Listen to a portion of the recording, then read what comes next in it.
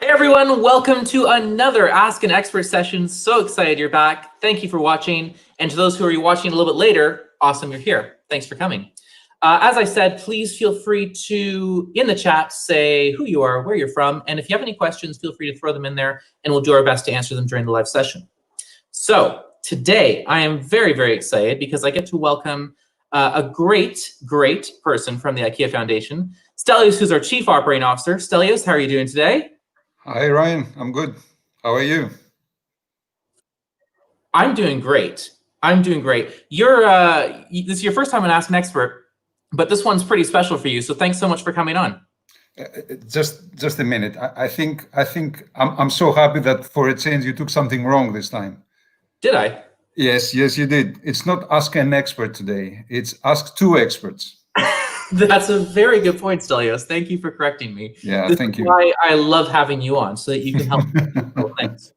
But Stelios, before I go away and you introduce our guests, I have a quick question for you, because we've had some great conversations over these past few weeks about refugees and some of the partners that we work with. How do you connect these conversations with what we're going to be talking about today? Ryan, I watched the inspiring discussion Per, our CEO, had leading to World Refugee Day with Barry Shorey from IRC. And last week with Ulla Rosling from Gapminder and Professor Betts from Oxford University. What IKEA Foundation is trying to do is, through the partners, to change the narrative around refugees. The key message out of the two sessions was that refugees are people like you and me. People that, given the right support, will build a better life for themselves and the societies hosting them.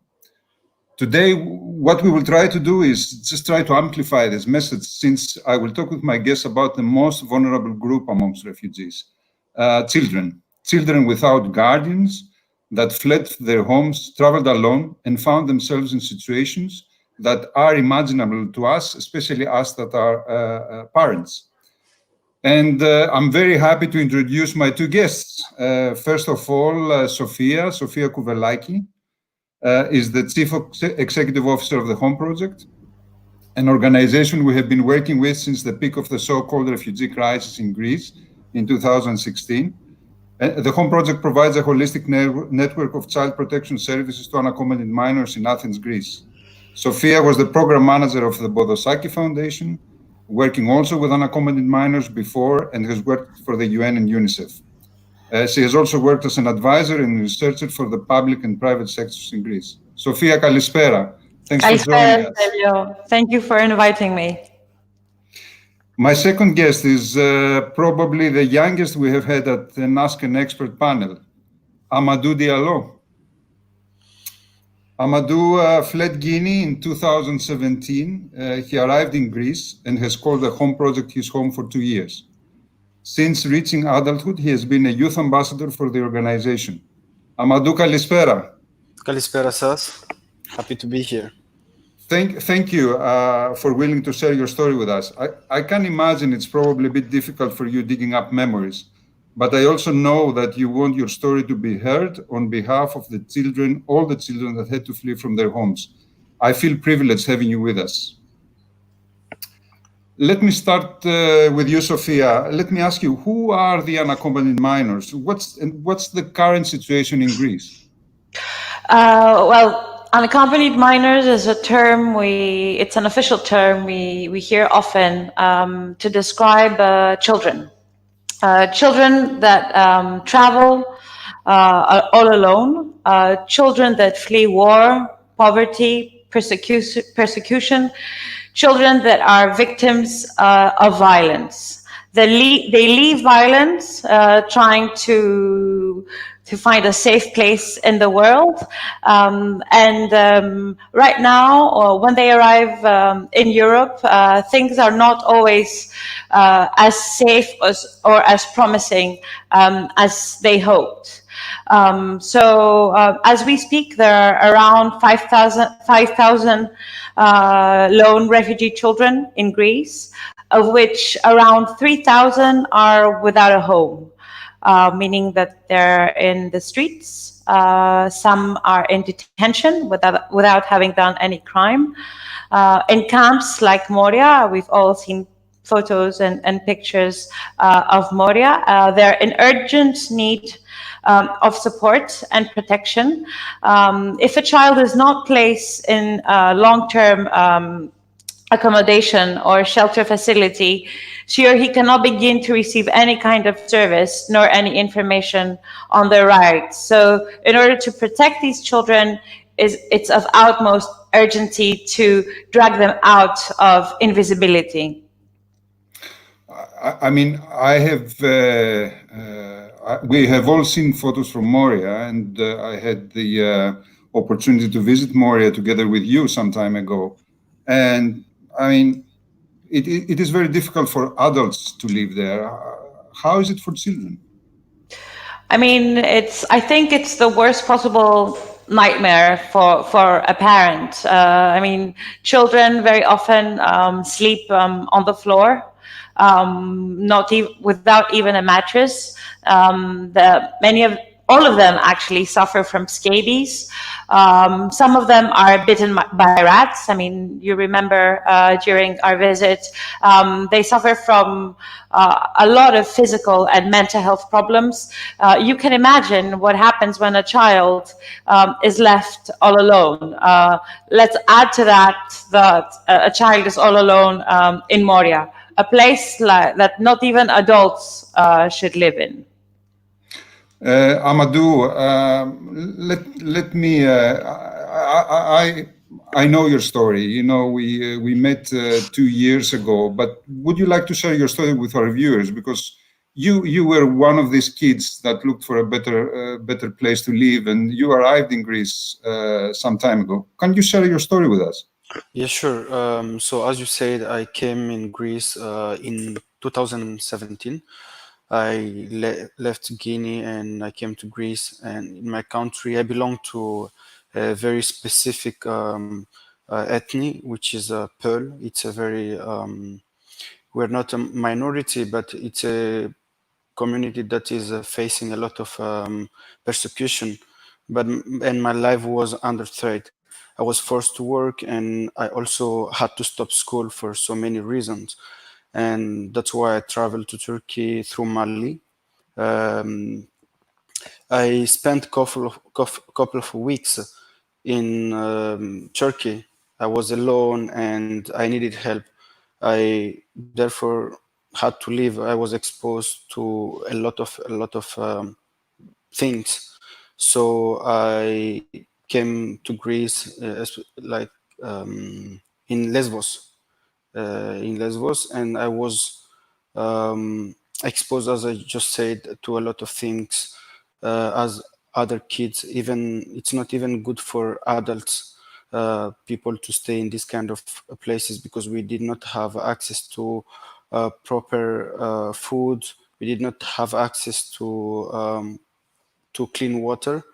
So I had also to try to find a way to leave Moria, Mytilene, to come in Athens. So that's why I also found a way to come in Athens. Just a side remark. I remember when I met you 2 years ago, I think Sofia was translating from French to Greek so we could communicate. I see today your English is better than mine, and we could even talk fluently in Greek. So, but you will tell us in a minute how you managed to do that. Sofia, coming back to you, I want to ask you tell us a bit more about the Home Project. I mean, the title Home Project tells us a bit like it's a shelter. Is it just a shelter, or what do you do at the Home Project? Well, what we want to do and what we do every day is offer these children much more than a roof over their heads. And I think it's important to realize that children need a holistic network of child protection services. And that's what we try to do at the Home Project. So we implement a model that is based on 3 pillars. The first is that we try to create and operate homes, healing environments where children can receive anything they need, from material, medical, shelter, of course, support to social support, legal support, mental health support, education, with the ultimate aim of actually integrating these children in any society, whether that's in Greece or in another European country where they will reunify, hopefully with their relatives. The second element of our model is that 50% of our staff comes from the refugee community, and the other 50% comes from Greek youth, in order to also combat Greek unemployment. And the third element is that we want to add value in the local economy where we operate. So we find buildings that have been unrented or abandoned for a very long time. We renovate them, adding value to the real estate property, and then we pay the property tax and the rent to the owner. So the idea, it's really to create a win-win situation for everyone, for the refugees, for the Greeks, but also for the children. Now, we do that through giving emphasis on the community that surrounds us, on the local community. So we're trying to give a big focus on community building, bottom up. So very often we will do events and activities that allow us to interact with the community, and really to try and create with the locals a supportive ecosystem that ends up scaling up access to opportunities for the children that we care for. I need to ask you this. Most of our previous speakers in the refugee-related Ask an Expert session underlined the importance of social cohesion between refugees and host communities. And you touched a bit on that. One would imagine that's easily done when you talk about children in Europe. However, I would like to remind our viewers that the refugee crisis was happening in parallel to the worst financial crisis Greece had faced in its modern history. I remember the first shelter I visited, and I remember that vividly because it was in the neighborhood I grew up. And I knew, following the news, although I was not living in Greece at the time, I knew from the news that the unemployment in this area was going through the roof, and the whole area had become the breeding place of extreme right ideology. How did you manage to open a refugee shelter under these conditions? Well, Stelios, we did not open a refugee shelter. We created a children's home. And this is what we create. We create homes for children. And this is the message we try and pass to the neighborhoods in which we operate. I think there is still a problem regarding the narrative around refugees, even around refugee children, not only in Greece, but all over Europe. We've seen that the most effective way of addressing this is when we humanize the problem, when we stop talking about refugees, when we stop talking about statistics. And this is what we try to do through our operations. So we try to introduce our neighbors through community building events to the work we do, and eventually to the kids that we work with. And I mean, I'll never forget the story of a woman that one of our neighbors living next to our first shelter with her son. They were the typical profile of this right-wing group, very popular at the time, called Golden Dawn. At our first community building event, where we actually met Amadou, she came with her son, and she was very aggressive. She started, saying all these things about refugees, and we invited her in. We invited her in the home, and we introduced her to our youngest kid then, Hamid, who was 12 years old. And we told her, this is Hamid. He traveled all alone, and now he's here. He's in need of support. I mean, I don't know if that is her reaction. It was quite remarkable. She changed. she changed completely, and she asked us, "What do you mean he arrived all alone? Are there children that travel and arrive in Greece all alone? Why didn't anyone tell me?" Well, from that moment onwards, she changed. She started cooking for the shelter. She started, watching the kids, telling us who's late, who didn't come early enough. I mean, of course, this is not the case with everyone that we meet, but we try to work bottom up, literally door by door around our shelters, in order to engage our neighbors in what we do. Right now, we have prepared small vegetable gardens, and we plan to share the crops with our neighbors who were at the front line of the pandemic. Little actions like that create a supportive ecosystem in what we do, and we always try to give back as much as we can, back to the community that is hosting us. Fascinating story, Sofia. Thank you. Can I go back to Amadou now and ask you about this Christmas party that changed your life, Amadou? Tell us, how did you come across the home project? So the day I met the team, the Sofia's team, it was during this party. It was a community building party.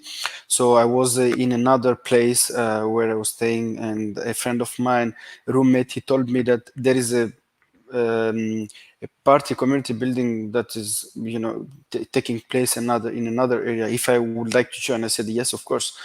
And at that time I was alone, and I had to go somewhere to meet people, and and I went there.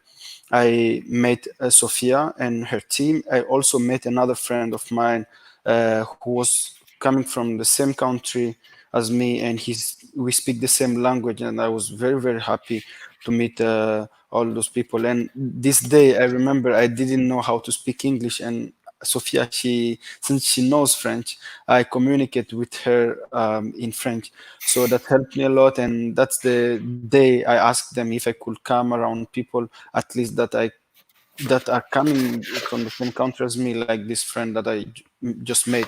And that's how they started the process, and they helped me to come in this shelter. And I wanted to mention something. When I came, they told me here it's an obligation to go to school for the kids. And I was really happy, and I accepted it, and I said, yes, that's what I'm looking for. And yeah, that's how I started school, and yeah, doing things. So tell me a bit more about your education, and don't be humble about it, because I know you have achieved a lot.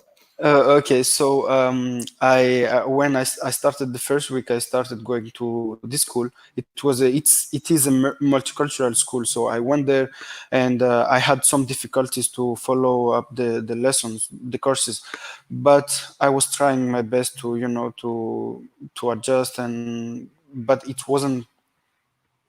wasn't easy. I cannot say it wasn't possible, since I was trying, but it was not easy for me. But I managed to learn some Greek and all. But beside, I was also I was following some programs that the Home Project they managed to do for the kids. So beside that, I was having some Greek lessons and also English learning classes. So that's how I started building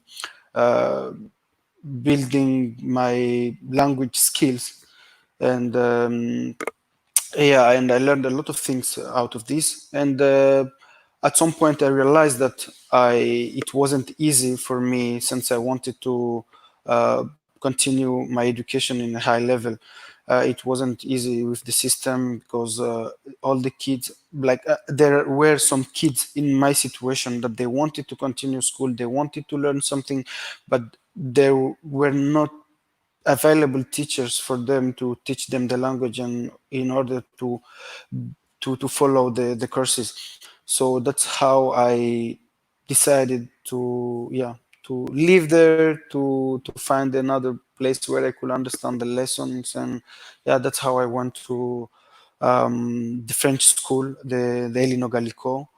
They said in Greek, but it's the French school here in Athens. But I went there after working a summer, which gave me the opportunity to go to this school. And you did some work as well. I think you went around the islands. Is that true? Yes. So I went to 2 islands. I worked for 2 years actually, and I went first at Kimolos. It's a Greek island, and I was And a very working beautiful one. Yeah, very beautiful one, of course.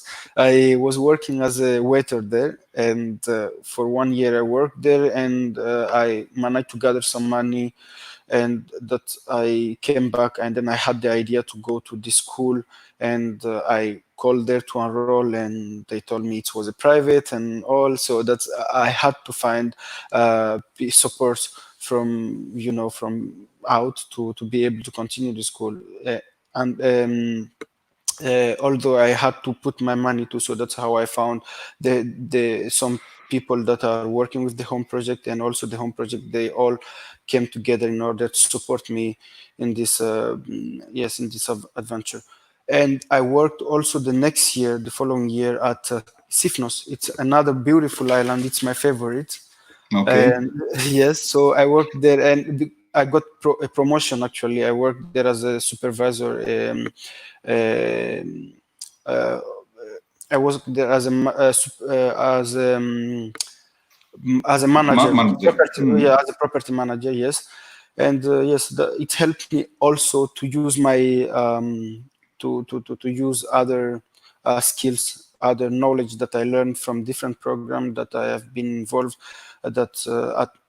For instance, the youth to youth program, which was taking place at the ACS, and it's still taking place, but due to the pandemic we couldn't continue. But I learned a lot of things, like my English, computer science. We were learning there, and it's helped me a lot to deal with my clients there, and also people that were hiring me actually. So it's helped me a lot, and I got a valuable experience out of this. And now I think there are some really excellent news. You got accepted to Sciences Po. Yeah. Okay. Tell us a bit more about this. So Sciences Po is one of the biggest university in the world, and one of the best in political science and international relations.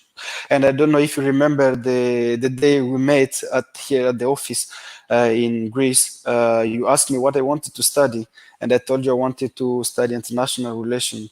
And yes, so I have been accepted there, and I will hopefully start next year college.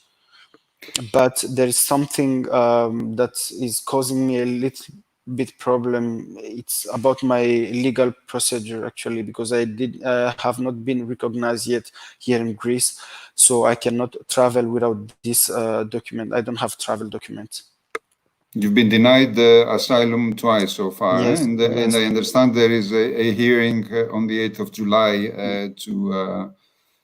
for you. So yeah, I just let's be optimistic. I wish you all the best, Amadou, and it's really inspiring story, and thanks for sharing with us.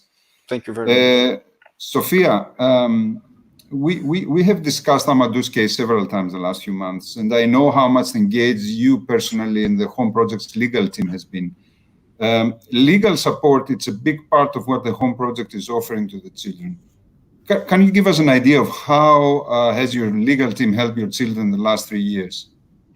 Yes, Stelios, I'm very happy you bring this up, because actually legal support is integral when working with lone refugee children. Every case is different, and as you've heard from Amadou, it's gradually becoming increasingly more difficult to get asylum in Greece, but also in Europe. So in 3 years, our legal team has managed to support around 520 children that have come through our capacity in the 11 shelters that we run and operate. Around 50% of them apply for asylum in Greece, which, as you've heard, can be a very challenging procedure. I mean, we've had and we have other cases like Amadou, where the children are exemplary cases of integration and very often of excellence. I mean, we have kids that are in full-time scholarship at the American Community School, where we have created a program catered only to their needs. One of them is playing at the top basketball teams, and still he has also his application rejected twice. So you understand the legal support that is necessary, and it's becoming increasingly needed and here in Greece. Now, the other half of the children are eligible for family reunification with relatives in other European countries. So we have reunified around 100 children with their relatives in other European countries. But this is also a very demanding process, and because it depends on the country of admission. We have a very recent example, a girl that will hopefully leave in the coming days to go join her mother in Germany. Her family reunification case took around a year and a half until it was completed. We did 2 DNA tests. It was a very elaborate and complicated process, and you can imagine the injustice that this girl felt during this year. I mean, it had very strong effects in her mental and physical health. So legal support is an integral part of all of the holistic network of child protection that needs to be offered to these children. I mean, if these are the challenges with the kids under your care, I cannot imagine the uncertainty and the trauma that the other 2,500 kids that don't have a shelter go under in Greece. I mean, what do these kids do? I mean, these kids are completely invisible, to be honest. I mean, they're exposed to all sorts of dangers and abuse, from physical abuse to organ trafficking to sexual exploitation, and they're completely left out of the system. That is why it's of utmost urgency to bring these children into safety, into protection, and try to provide to them all the tools that are necessary to have access to opportunities for the future. And you know, Stelios, we keep talking about this as if it's an issue of, you know, the refugee crisis. We think it's an issue of social development, to be honest. And this pandemic has showed that now more than ever, we are all interconnected. And these children are in Europe, and they will stay in Europe. So I think it's of the interest of the whole of our society to find a way to integrate them and take them out of the margin as soon as possible. I wouldn't agree more.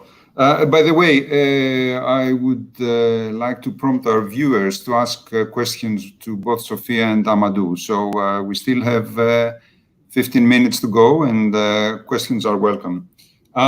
Sofia, Amadou shared his inspiring story and his amazing development path so far. Can you share with us the way you supported children with their education, and what happens when they become adults? So I'm happy that Amadou said that in our shelters, it's obligatory to attend school. So all of the children that we care for attend school.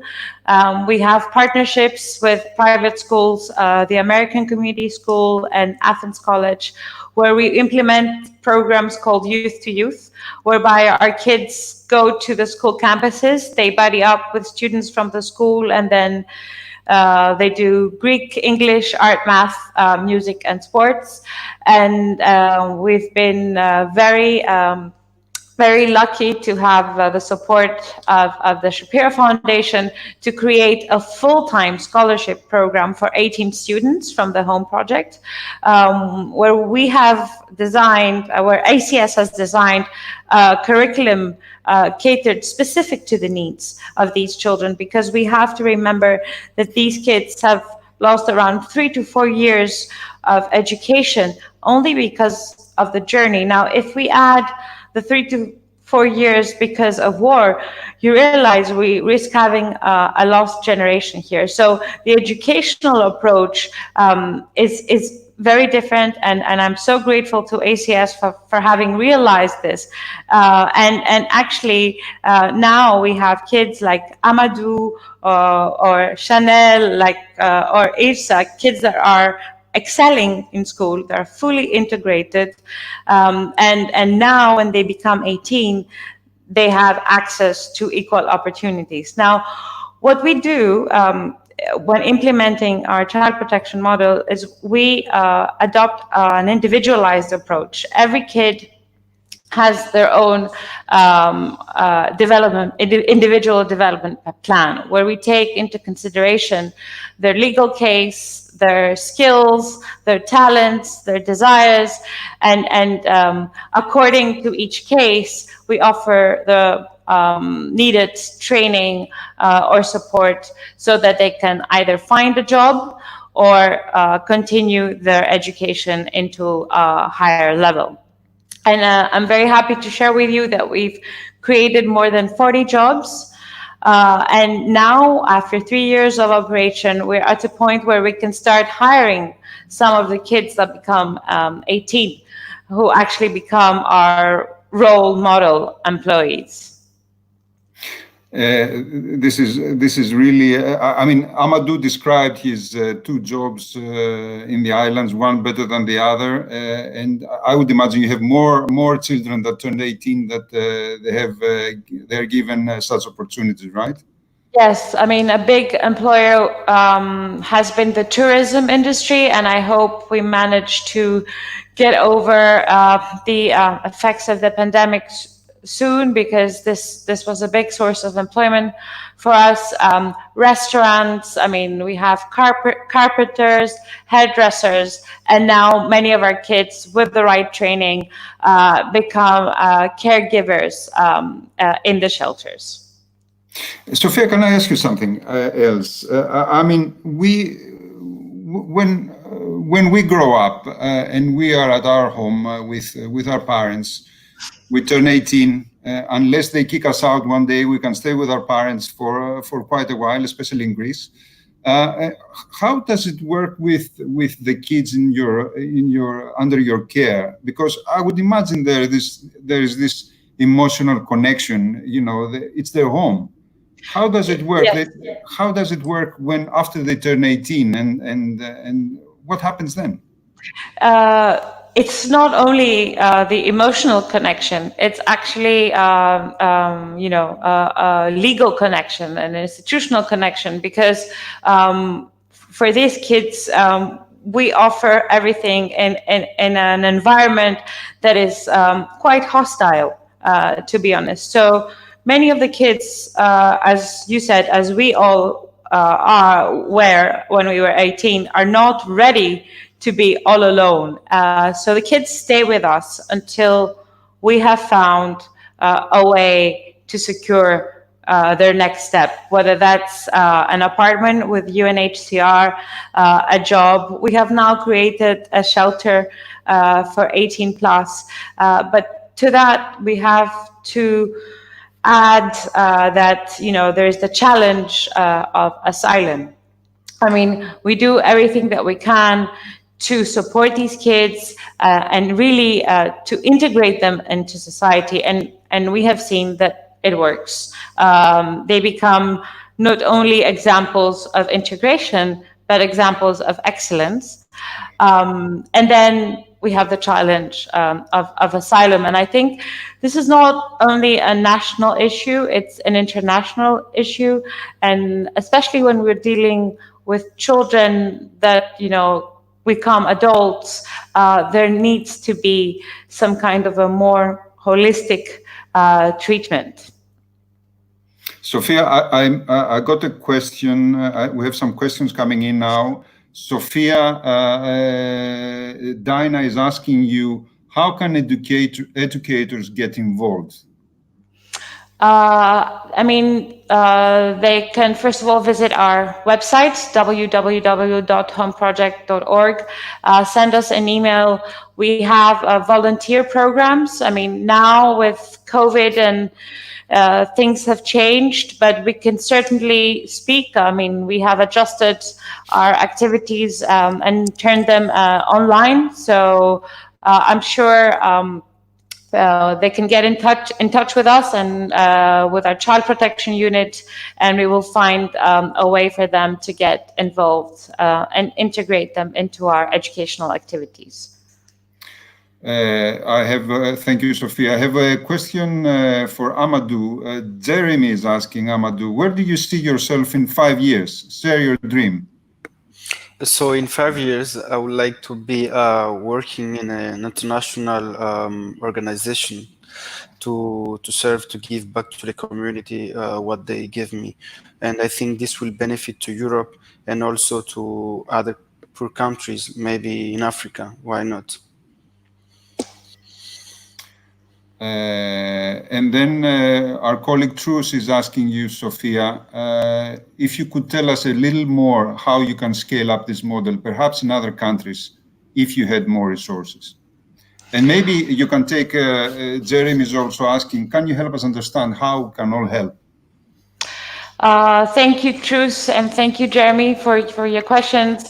I mean, our vision is to actually share our child protection model because we want more countries to be involved, to be able to support more children. So we provide capacity building and child protection training for our staff on a continuous level. So we would be very happy to discuss with other similar stakeholders how we could do similar training and capacity building in scaling up and sharing our model with other countries. And as far as Jeremy's question is concerned, and thank you, Jeremy, for wanting to help. I mean, there are many ways one can help the Home Project. One is through raising awareness, because a lot of people don't know that this issue actually exists, that there are children, that there are thousands of children right now in Europe, in many countries, that are all alone and completely invisible and outside of protection. So one very important thing is to talk about it. There are, and I hope we can come back to a time when we can travel and people can come and volunteer with us. But right now, we could even create online volunteer programs that would support the kids. So again, get in touch with us. And of course, there's always the in-kind and financial support that help us continue and scale up our operations. Thank you, Sofia. We are getting close to the end of this session, but I would like to go back to Amadou. Amadou, would you like to send? What's your message? How do you want to close this discussion today? What is your message that you want us to remember when we leave this session? Okay, so what I'm asking to the European countries is to open their arms and doors for the children that are coming from abroad, that are running, that are escaping wars or persecution. That's what I wanted to ask, and I hope that people will hear me and they will accept to do something good actually for this kid, and continue supporting us in a very good way. Fantastic. Sofia, what would be your message after today? Let's forget about the word refugee. I mean, the moment we start calling a child a refugee, there's a gray curtain that, you know, falls in front of their face. And let's talk about children, children in need of our help. Fantastic. Sofia, Amadou, I hope our viewers have been inspired with your story as much as I have. Amadou, you have your asylum hearing coming. I wish you all the best. I sincerely hope that your dreams will come true, and in 5 years we will see you where you want to be. Sofia, thank you so much for being with us. I see the comments are coming through. I think we inspired the viewers a lot. You inspired our viewers a lot. Amadou, you get all the best wishes from everyone. Ryan, I'm getting back to you. I hope today's discussion with Sofia and Amadou was a small contribution towards a different narrative.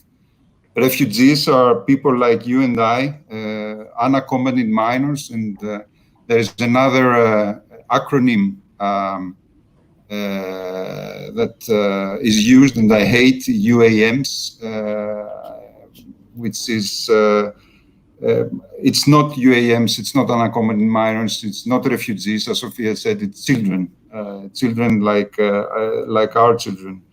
They deserve a better life, and when they get the opportunities, they will change the world to the better, as I'm sure Amadou will do, and many of the other children under Sofia's and the Home Project's care. Thank you, Amadou. Thank you, Sofia. All the best. I'm looking forward meeting you in Athens, hopefully in the weeks to come. And all the best. Back to you, Ryan. Thanks, Stelios. And listen, Amadou, you don't have to worry. You're already changing the world. So I think you don't need to worry about it in the future. You're already doing it. I get goosebumps when I hear this kind of conversation and hear the work that you guys are doing. It's absolutely incredible. And Amadou, I think it's just very, you know, you've brought something that we haven't had before with Ask an Expert, which is a really brave, honest story. And I really appreciate you taking the time to share it. And I know that I'm really curious. You said that on July 8th, a decision point is coming up, and I'm sure some of our viewers would probably be interested in hearing how things go. Can we follow this somehow, Sofia or Amadou? For sure. I mean, there is going to be an article, hopefully in the next weeks, and we can definitely share with you as soon as we have an answer, hopefully in the right direction. It will definitely be a positive answer, I'm sure. Yeah, I can't imagine anything else. So we will make sure that we share that with our viewers. If anyone's curious, then we'll keep an eye on that and make sure it gets in the comments and on the website. So like I said, I get goosebumps. This is an incredible, incredible initiative. And I think this is a great way to end our refugee series, because we're zooming in and we're talking about real people, and we're talking about children, and we're talking about how you can make an impact. And I think it's great, Sofia, that you're able and willing to accept support from people who are watching today, or from who might be watching in the next couple of weeks. So I'll just ask and remind people to go check out the Home Project. You've got your website. I know you're on Instagram. Thank you, Ryan. Yes. LinkedIn as well, right? They can reach out? Yes, for sure. Perfect. All right. And any other questions, Ryan? I suppose we will post the answers on this space, right? And we will. Yes. Yeah, so if there's any other questions that have come through any of our social media channels, we'll make sure we post those on the website, IKEAfoundation.org/askanexpert. Fantastic. Good, then Stelios, any last words? No, thank you everyone. It was very inspiring for me. I follow the Home Project very closely, so I know the story. I knew the story of Amadou, but and the other children, but I always get very emotional when I hear it again and again. So I could talk to them for the rest of the evening, but unfortunately we ran out of time. Thank you, Ryan, for hosting us. Thank you, Sofia. Thank you, Amadou, and see you soon. Goosebumps, Thank guys. you. All right. Let's Thank do you a very little much. wave to our audience. Thank you so much. And Bye-bye. I should actually say our next Ask an Expert is going to be on July 30th. We're going to take a little bit of a break. So we've got Jacqueline Novogratz, founder and CEO of Acumen Fund, 30th of July at 2 p.m. We're taking a little bit of a summer break, but we'll be back in a couple weeks. So please join us for that very interesting conversation on leadership. With that, thanks everyone. Have a great day.